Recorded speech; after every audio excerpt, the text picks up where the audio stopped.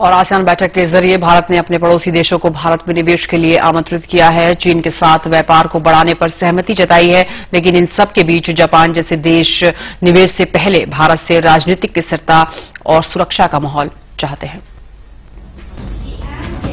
ऐसे समय में जब पश्चिम देशों में आर्थिक संकट गहरा रहा है, एशिया की दो बड़ी अर्थव्यवस्थाओं भारत और चीन ने व्यापारिक रिश्तों को और मजबूत करने पर जोर दिया है। कंबोडिया की राजधानी नामपेन में आसियान देशों की बैठक से अलग भारतीय प्रधानमंत्री मनमोहन सिंह ने चीन के प्रधानमंत्री वेन जियाबाओ से तकरीबन 40 मिनट तक मुलाकात की। इस दौरान 2015 तक दोनों देशों ने व्यापार को 100 अरब तक पहुंचाने का भी लक्ष्य तय किया है। साथ ही इस मुलाकात के दौरान भारत ने दोनों देशों के बीच बढ़ते व्यापार असंतुलन पर भी चिंता जताई। लेकिन दक्षिणी चीन सागर के मुद्दे पर जरूर भारतीय प्रधानमंत्री ने तटस्थ नीति ही अपनाए रखना बेहतर समझा। इंडिया आसियान समिट भारत के लिए काफी महत्वपूर्ण रहने वाली है। एक तरफ प्रधानमंत्री रिटेल में एफडीआई को लेकर जहां विपक्ष के विरोध का सामना कर रहे हैं, वहीं आसियान समिट में फ्री ट्रेड एग्रीमेंट को एक्सटेंड करने पर बातचीत होनी है और देखना यह है कि क्या भारत इस समझौते के लिए तैयार है।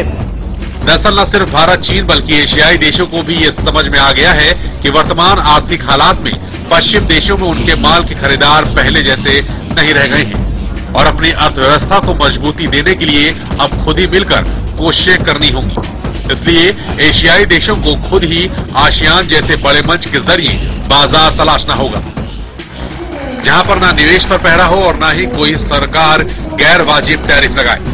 लिहाजा आसियान ने 16 सदस्यों वाले एक बड़े मंच RCEP का गठन किया है और अब इस मंच की शर्तें और गाइडलाइंस बनाने का काम शुरू हो गया है। चुनौती ये है कि अगर फ्री ट्रेड एग्रीमेंट पर हस्ताक्षर होते हैं या समझौता आगे बढ़ता है तो चीन की एग्रेसिव मैन्युफैक्चरिंग पॉलिसी के सामने भारत अपने बाजार को कैसे बचा पाएगा। जहां तक मुक्त व्यापार समझौते का सवाल है तो फिलहाल भारत, चीन, जापान, दक्षिण कोरिया, ऑस्ट्रेलिया और न्यूजीलैंड के साथ आसियान का मुक्त व्यापार समझौता है, लेकिन हर समझौते की अलग शर्तें हैं। अब सुझाव ये भी आ रहा है कि सभी समझौते को एक ही छतरी के भीतर लाया जाए, लेकिन इस सुझाव में खतरा ये है कि इससे आसियान देशों की ही कमजोर अर्थव्यवस्थाएं चरमरा सकती हैं। आसियान समिट में दुनिया की निगाहें भारत और चीन की तरफ रहेंगी, क्योंकि दोनों उभरती हुई अर्थव्यवस्थाएं हैं। वर्तमान में भारत और आसियान देशों के बीच का कारोबार 50 अरब डॉलर से अधिक का है।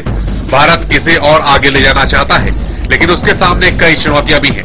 फिलहाल जापान और चीन को भारत में बड़ा बाजार दिखाई देता है। चीन ने पहले से ही भारतीय बाजार में पहुंच बना रखी है और अब जापान भी अपना मैन्युफैक्चरिंग बेस चीन से हटाकर भारत ला सकता है, लेकिन इसके लिए देश में राजनीतिक स्थिरता और जरूरी इंफ्रास्ट्रक्चर का होना जरूरी है। इसके अलावा भारत को आसियान मुक्त व्यापार समझौते के बची हुई शर्तों को पूरा करनी भी जरूरी होगी। इस समय कंबोडिया की राजधानी नामपेन से उपेंद्र राय।